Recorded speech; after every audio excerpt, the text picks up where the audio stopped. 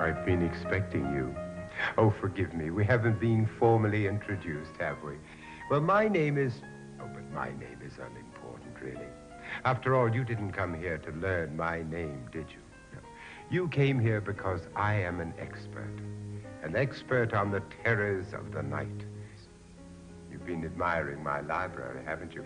I've read all of those books, you know, and more. What we are about to explore is a vast subject and absolutely fascinating. There have been so many books written about ghosts. Are they just words on a piece of paper, nothing to be afraid of? Or do you find when you read them very late at night that they seem very real? Imagination. Oh, yes, of course, imagination. It's a lovely thing to have to entertain you on a long and boring day. But when it's dark, very dark, and you are walking a midnight mile through a lonely countryside, those shadows you see begin to twist and breathe, taking on shapes of all manner of ghoul and monster, and then they reach out and grab you. Do they? Or is it just your imagination? Possibly. The Ghost Belonged to Me, by Richard Peck. A story lives within these covers, a strange, wonderful, mysterious world waiting to come to life. Take your imagination, use it as a key to unlock this world, and then you can step inside and meet Alexander Armsworth. He's 13 years old, never seen a ghost before, never believed in ghosts, until that peculiar young girl in his class, Blossom Culp, told him something that would change his life forever.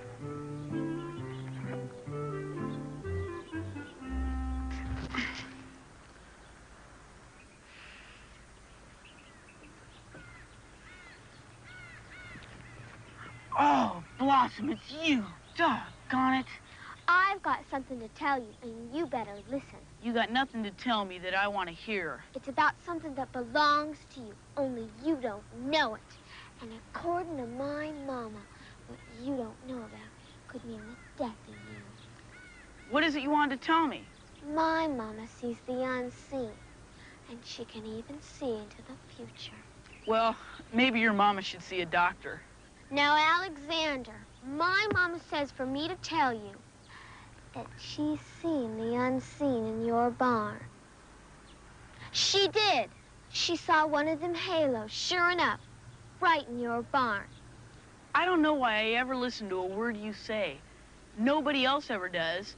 You better pay heed to that halo. Your barn glows pink, and it's a sure sign it's haunted. The halo tells it, and the color tells who. What do you mean, who? The kind of ghost that's haunting it. Yours is pink, so that means it's a ghost of a young girl. Died before she grew up. Is this what you came here to tell me? I'm telling you all this because my mama says you're receptive. You can make contact with the unseen if you take a notion to. That's it. That ghost, it belongs to you, Alexander Armsworth.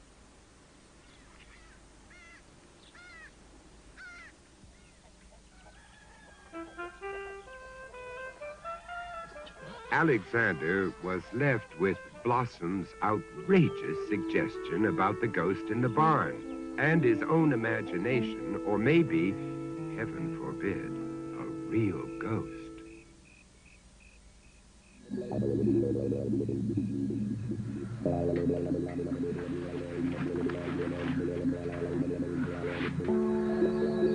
Oh, that's it, Blossom. You've gone too far.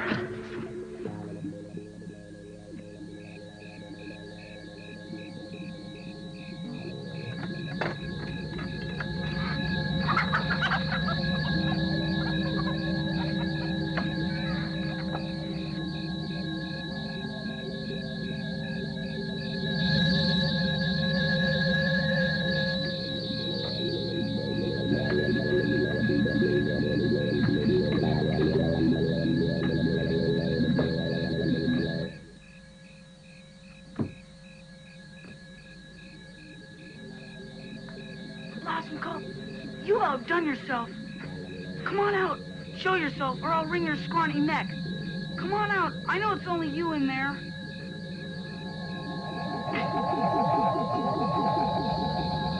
I am lost. All is lost. Oh, the dead and the dying. Who are you? Alexander, I need you. They need you. Listen to me, because I know what will happen. Oh, more death, more. But you can save them. Save who? Others, lost, drowned in the black water, like me. You were drowned?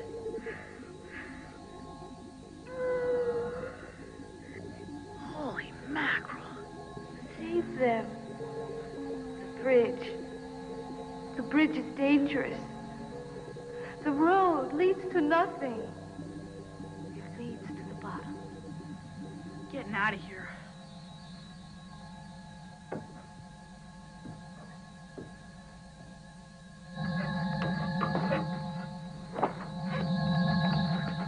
Alexander, the bridge. Follow. I don't think I should.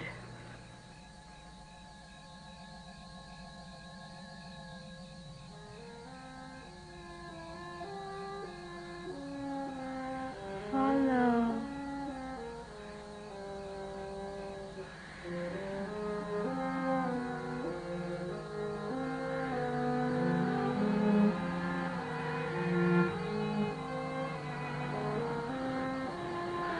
Alexander, follow me.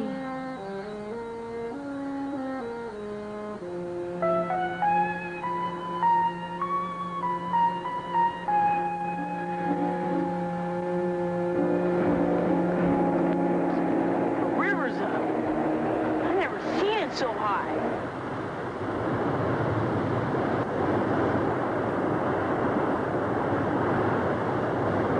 That's what you meant, isn't it? Huh? Where's...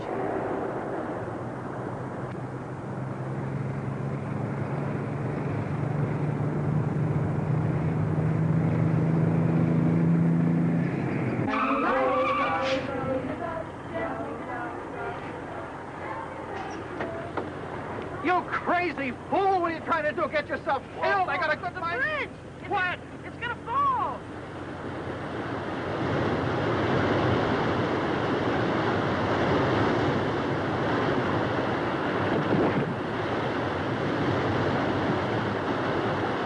Holy Moses. You would have been on that bridge. You were right, kid, but how did you know? Well, she told me. She brought me out here. Who? I don't see anybody. What are you talking about? Down the road, at the bottom of the hill. Look. I don't see anybody, I tell you. Wait! Don't go! I want to talk to you. Am I going to see you again? I don't know what you're looking at, kid, but I don't see anybody. No, I know. Can't. She belongs to me. If you were to ask Alexander Armsworth whether or not there are such things as ghosts, I imagine he might have a strong opinion. Did Alexander ever see that girl again? Well, I could tell you. Or you could read the book that tells their story, if you are brave enough. He kept his feelings a secret, though. Well, you know, people tend to disbelieve what a young boy might say. I mean, young people are known for their vivid imaginations, after all. What? Oh, yes, I know what time it is. I'll be with you shortly. You must forgive the intrusion. His manners leave a lot to be desired. Yes, now let's see, where was I? Oh, yes, are there such things as ghosts? Well, perhaps your question can be answered by this story. Washington Irving wrote it in 1820. The Legend of Sleepy Hollow. It's become an American classic. This book will take hold of your imagination and rattle it like an earthquake and leave you with memories of a trip into absolute terror. It all began when a young soldier in the American Revolutionary War had his head knocked off by a cannonball. To the good people who lived in Sleepy Hollow, he became a legend. The people believed in that legend because they had so often seen the terrifying headless horseman galloping across the countryside in search of his missing head. The night of this story, he was to ride one more time. Indeed, Mr. Crane. Forgive me, but why is it you refuse to call me by my first name, Ichabod? Ichabod is, I'm sorry, painful to my ears. Oh, Mr. Crane, however, has a charming ring to it. yes? And tell me, dear lady, how does the sound of Mrs. Crane strike your delicate ears? Mrs. Crane being your mother, I take it. Oh, Brom, I missed you at the dance. And I you, Katrina. I had things to do. Out wrestling with the pigs again, eh, Mr. Bones? There ain't no sport in wrestling pigs, school teacher. But whomping a bit on swine's another thing altogether. Tell me, Mr. Bones, how many muscles do you have? Counting your head, of course. May I have the honor of escorting you to your home, Katrina? The dance being almost over. You should have a man with you. The horseman scaring folks around the countryside and all. Miss Katrina is being escorted home by me. Like I said, she ought to have a man with her, Ichabod. I beg your pardon. Oh, my goodness. Oh, Miss Katrina, forgive me, Miss Katrina. I don't know how I could have been such a fool. Forgive me. Oh, that's quite all right, Mr. Crane. There's no injury done. In fact, I should thank you. Mr. Crane, it might be better if Brom does escort me home tonight. But, I do fear the headless horseman, and it will take you so very far out of your way. I don't mind. You heard the lady, Ichabod. She wants me to protect her from the horseman. Nonsense. Headless horseman, indeed. You won't be talking that way after you run into him. I seen him. Yes? Like to freeze my spine, it did. Oh. And you can't outrun that stallion of his, no matter what manner of horse flesh you ride. Well, my, horse, gun, powder. He may not look like much, but he'll do, I'm sure. Why, that stallion of his breathes fire and runs faster than a March wind. Poppycock. Empty stories for empty heads. Oh, Mr. Crane, I do hope you will be careful. I would hate to see anything happen to you. Oh, but don't you worry, Miss Katrina. I'll be careful.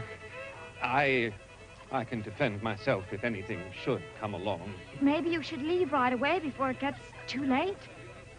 The later it gets, the worse it gets. Worse, yes. Well, perhaps you're right. Not that I'm afraid, of course. But... If I were you, Ichabod Crane, I'd take another path home tonight. The horseman's been spied in the valley 3 nights running. Mr. Bones, really, your obvious attempts at frightening me are falling on deaf ears. Even if there were such a specter, and I'm not saying for 1 minute that I believe in such a notion, even if there were. I mean, what on earth would he want with me? Your head. They say that if you cross the church bridge, you'll be safe. If you make it that far...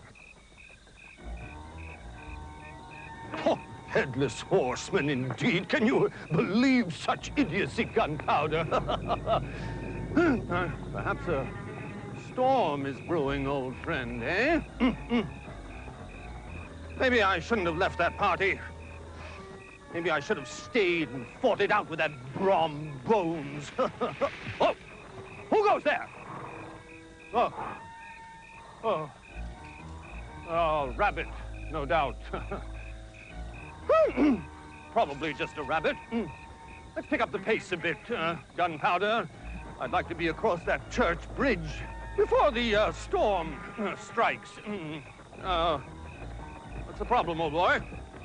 What is it? Whoa, whoa. Oh, what seems to be the problem?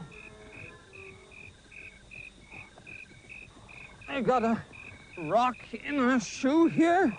I can't see anything. Age. Age, I believe, is your particular problem. Age and a belly that will soon be scraping along the road. Who? Who there said who? Tricks one's mind plays. Hello. Hello there. Going my way?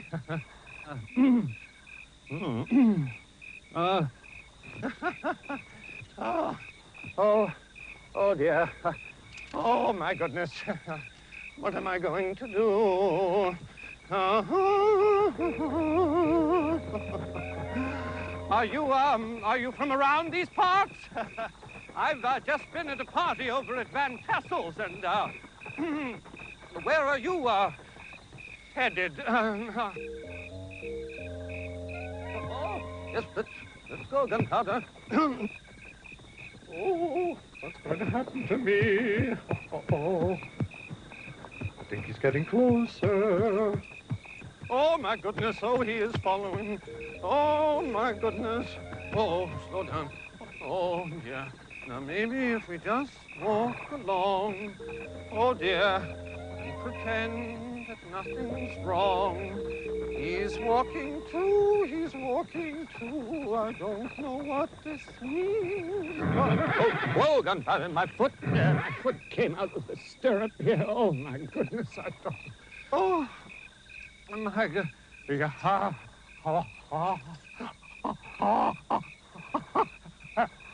Help! Gunpowder! Let's go! Help me! Help me! Somebody help me! Gunpowder! Go faster! Gunpowder!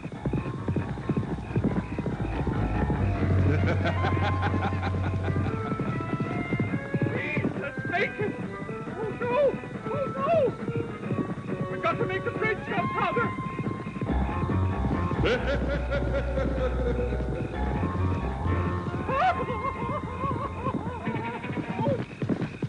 Oh, my head! My head!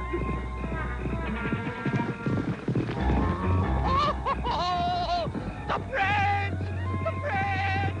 Oh, my...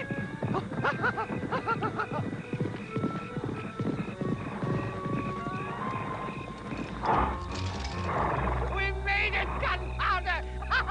We made it! We're safe! He won't cross that bridge! Try and catch me, you silly spectre!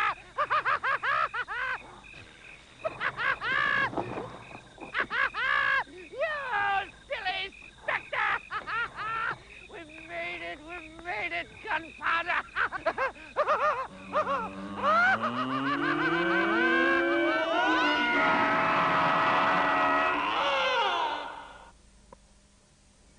Was the headless horseman a ghost? Or was it just Brom Bones trying to scare Ichabod to death? The following morning, all they found was Ichabod's horse, his coat, and strangely enough, a smashed pumpkin lying in the road. What happened to Ichabod? What happened to Ichabod? What happened to Ichabod? What happened to Ichabod? What happened to Ichabod? Why don't you read the book and see what you think? Oh, I was just lying down here for a little rest. I have such a busy night ahead of me. I've been feeling a little run down lately. I should change my diet. But that's impossible, I'm afraid.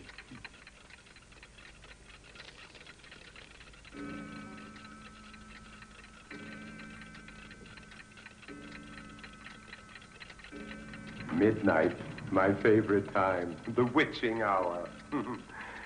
And the dark gives me such comfort.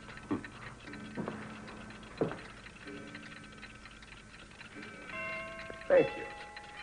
Now, let's see, where was I? Oh, yes, the clock reminded me of something very important. John Bellairs built an entire story around that lovely ticking sound. The house with a clock in its walls. Oh, the way these authors can think of to scare us. Tick, tick, tick. It's a most enjoyable sound. That is, of course, unless the ticking comes from a clock with rather a deadly nature. Such a clock existed in the house of Jonathan Barnavelt. Now, this clock was... This... All right, now that's enough. This clock was actually to threaten the very lives of old Jonathan and his young nephew, Lewis, and everyone else on this planet. Now, Lewis, poor lad, had lost both of his parents in an auto crash, and there was nowhere else in the entire world that he could live except with old Jonathan. Lewis was about to begin an adventure like no other in his life. He was to live in Jonathan's peculiar old house, and he was to come face to face with that ghost who was searching for that cursed clock. Well, Lewis, this is going to be your room. Now, you must be tired after your long journey. I think you should go right to bed. But, Uncle Jonathan, it's early. We go to bed early around here, boy. What are we going to do tomorrow, Uncle Jonathan? You'll see. I have things planned. Things. Good night. Good night.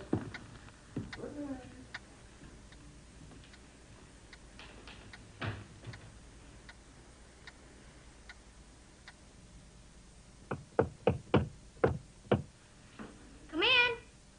Suddenly, Lewis sat up, wide awake. What was that knocking? He tiptoed to the door as carefully as he could. He was frightened, but he was also curious. A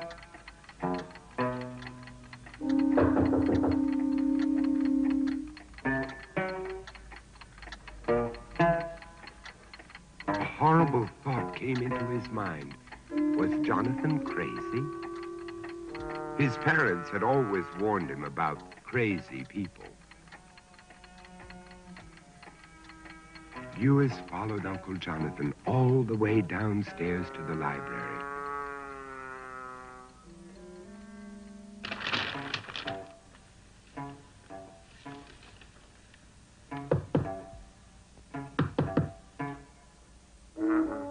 His Uncle Jonathan was certainly a strange person. Why did he keep knocking on the walls? What was he looking for?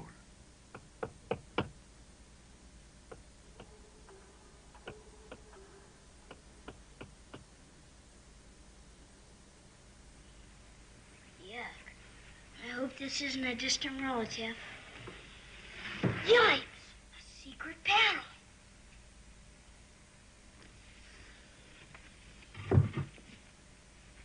Spells and curses. Spells and Curses, Volume 6, by Jonathan Barnavelt, Wizard First Degree. Holy smokes! Uncle Jonathan's a wizard.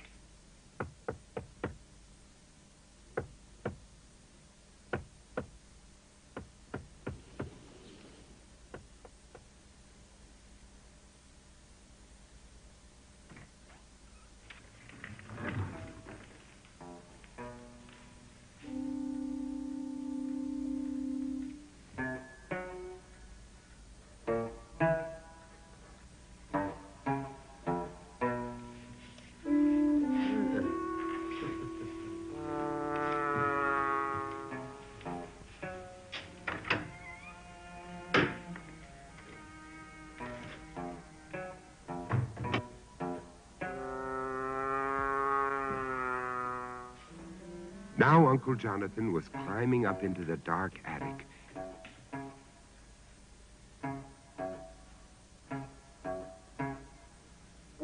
was going on in this strange old house? Louis's curiosity made him follow.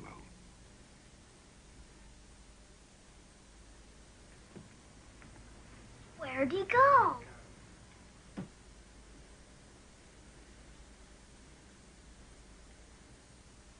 An organ.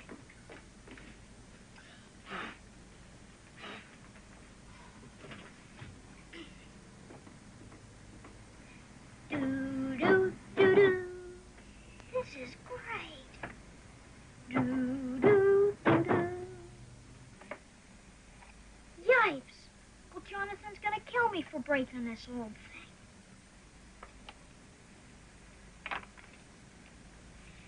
What's this? Doomsday? And who is Isaac Izzard? A witch. Ah! Louis, you have a lot to learn about sneaking around. Isaac Izzard was a witch, so he hid the doomsday plan in the old organ. I thought I'd looked everywhere in this old house. It used to be his house, you know. What is the doomsday plan, Uncle Jonathan? It's a plan to destroy the world, of course. He's got the whole world wired up. The clock, boy. The clock in the walls. Old Izzard hid the clock in the wall so he could come back and blow the planet right off the map. Come back? From where? From the dead, boy. Where else? You see, he died before he could set the alarm, and it won't go off until he does.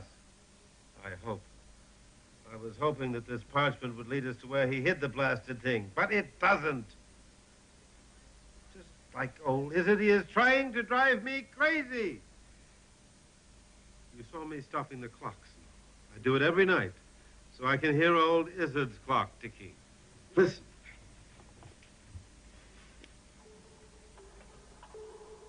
I can hear it. Of course you can.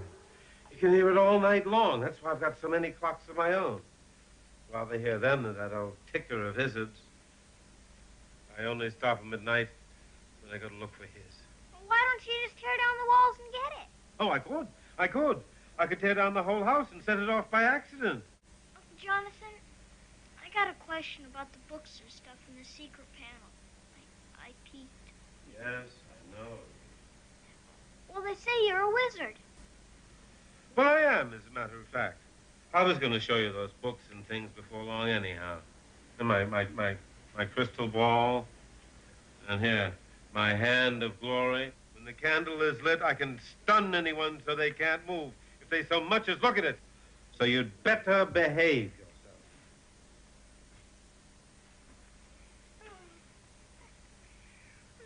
You're just teasing me, aren't you, Uncle Jonathan?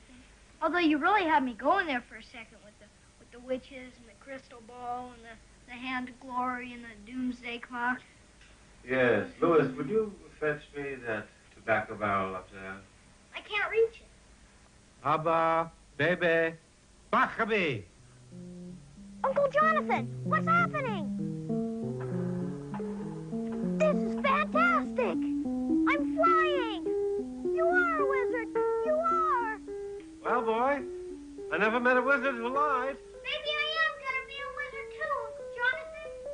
Well, we'll see about that. How do you do this? This is terrific. That was great, Uncle Jonathan. And then we'll find that doomsday clock. You and me. After all, I am part of the family.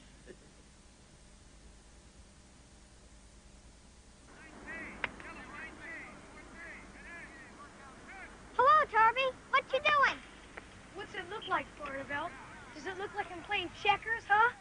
I wish I could learn how to hit a baseball like you can. Nah, you can't.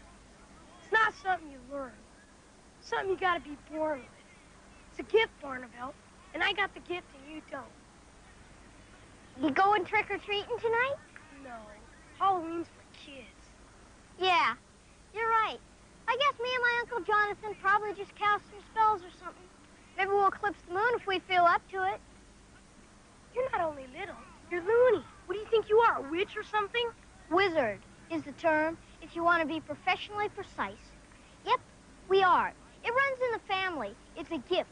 You gotta be born with it. You're a liar, Barnabelle. You're a big loony liar. I am not, and I can prove that I'm a wizard. Oh, yeah? Well, then do it. Just do something wizardy. I dare you. Well, I can't. Right here, right now. Yeah, I thought so. Well, I mean I can. But not until midnight. Midnight's a special time for us wizards. Okay, then I'll meet you somewhere at midnight. Well, it being Halloween and all, you ought to just love the spooks and goblins up in the graveyard. And it's good and dark at midnight. Just us and the dead. Yeah, that sounds okay to me, I guess. Okay, then. At midnight at the graveyard. Well, if you're a wizard, then you can raise the dead, right? Yeah. This is one thing I gotta see. Whiz. Is this some kind of showdown? Look on it as an opportunity. You're a new kid in town. You gotta prove if you're hot stuff or not. Yeah, right, midnight. I'll raise the dead. It's gotta be here somewhere. Let's see.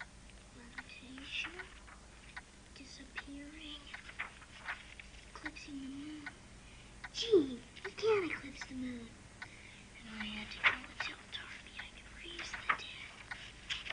Let's see. Aha! Raising the dead. Let's see. Supplies. Incantations. Midnight. I'm late. Darby! Where are ya? Darby! It's me, Louis Barnaville. Very funny, Tarby. I know it's you.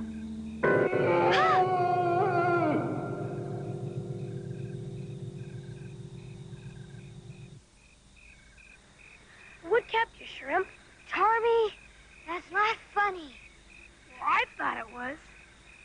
Okay, now let's do what we came here to do. Follow me. I found a perfect grave.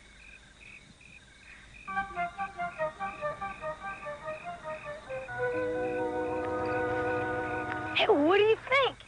It's a beaut, huh? Oh, and look at this. The trumpet shall sound and the dead shall be raised. Did you bring a trumpet, Hotshot? Well, not exactly. Okay, well, let's do it. Gotta sit down first. It says here to draw 2 circles. Yeah, 2 circles. What are those? Magic symbols. I don't see any dead people. It's not finished yet. We gotta put in the name. So put it in. Well, the tomb doesn't have any name written on it. Maybe if we sit here for a minute, it'll come to us. Shine the light down the center of the circle.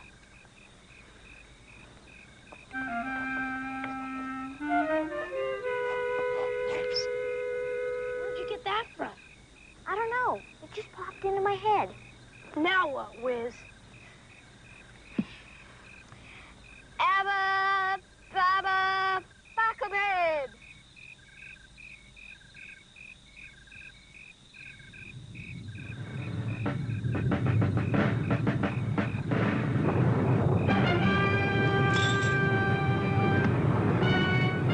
I did it! I did it! I am a wizard! I did it! Look at her! I did it! I did it! I am a wizard! Come on! You're nuts! Come on! Let's go! Come on!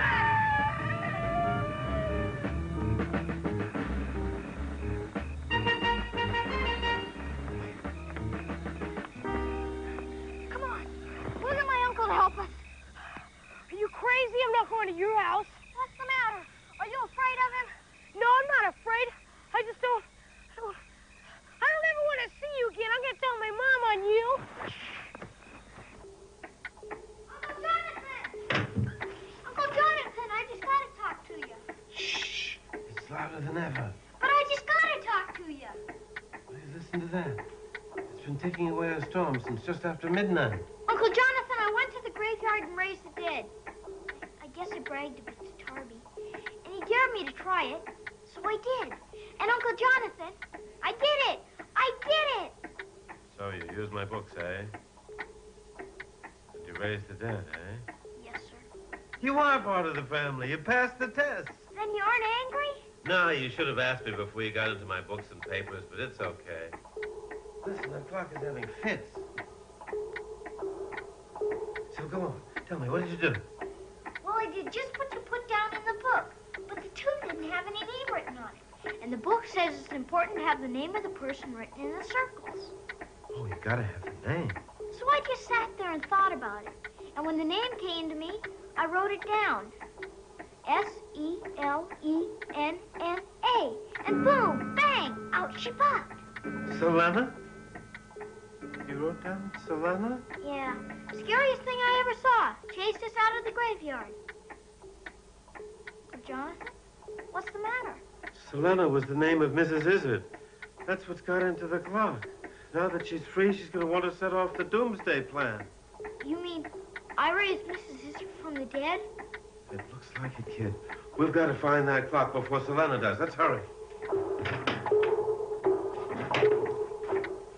Now, there are 3 spots where the ticking is the loudest. This is one of them. Why did Mr. Izzard plan the doomsday clock? Because he hated the whole world and he wanted to come back and destroy it after he died. Why is Mrs. Izzard looking for the clock? Didn't he tell her where he hid it? No, they didn't talk much. Why not? Well, he hated her, too.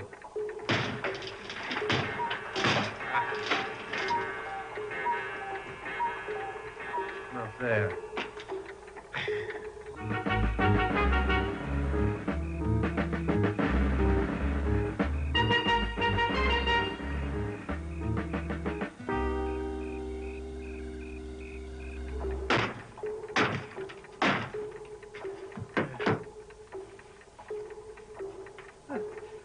I thought there might be room in there for just an itty-bitty clock.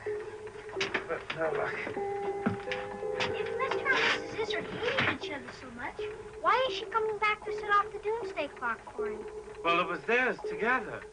Whoever came back first would get to set it off. She's most probably absolutely delighted to deprive him of the pleasure. They really are wicked. No love in that family. No love, but they were brilliant and very logical. Then there's no point in our being logical, is there? What do you mean? Well, if his magic was logical, it probably can't understand magic that isn't logical. Maybe we can confuse it. Let's use some magic that doesn't make any sense at all. We'll just make it up as we go along. You mean like some crazy magic word or action would lead us to where the doomsday clock is hidden? Right. Why don't you play a magical song on the organ? Well, I can't play the blasted thing, but we can try.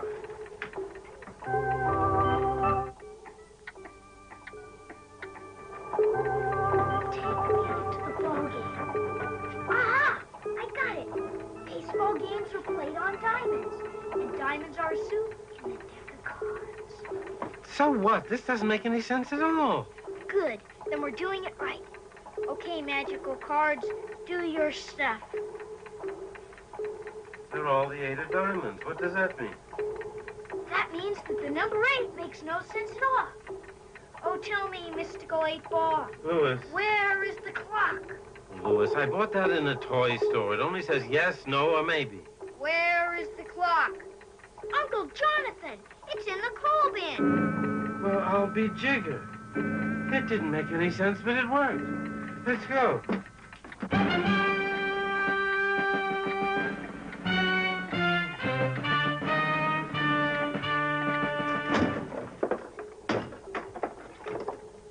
There's a passage. Stand back.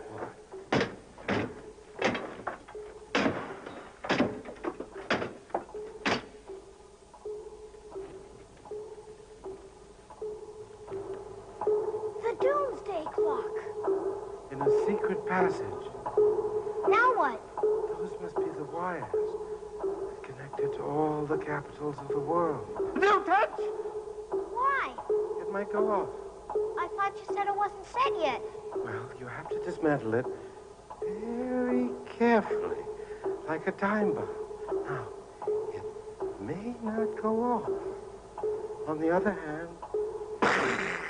Thank you for doing my work for me. I do hope you haven't tired yourselves. Well, look at you, Jonathan. Trapped by my hand of glory. I'm surprised at you. You should know better than to stare at it. Boy! Turn around and face me! Do you want to kiss your old auntie again? Come now, it'll only make it worse for you in the end.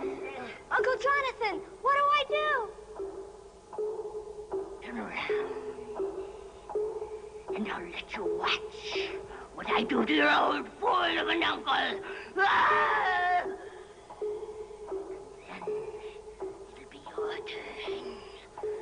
Don't stay there. Turn around. I command you.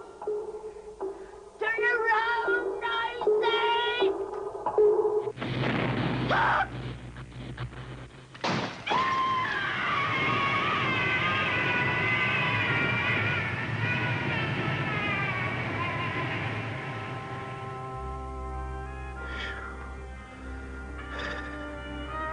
You did it, boy. You saved the day. So much for logic.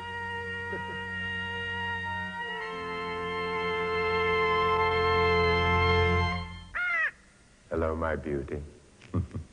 The hand of glory is really very powerful, you know. I've used it several times to my own advantage.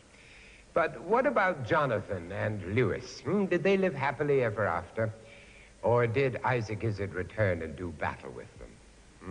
I can't say. Oh, I could, of course, but I won't. I don't want to give away any more of the story and spoil your enjoyment in reading it. Now, you can believe in these stories or not. I really don't care. I have my own opinion on the subject of ghosts and goblins and things that go bump in the night. And those theories always amuse me. That a witch cannot cross over running water, that black cats cause bad luck, or that a vampire casts no reflection in a mirror. You can either believe it or not.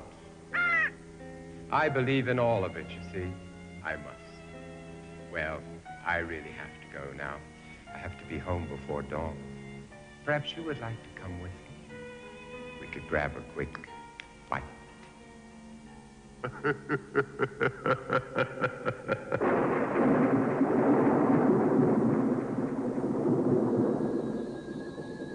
Alexander, I need you. Follow me.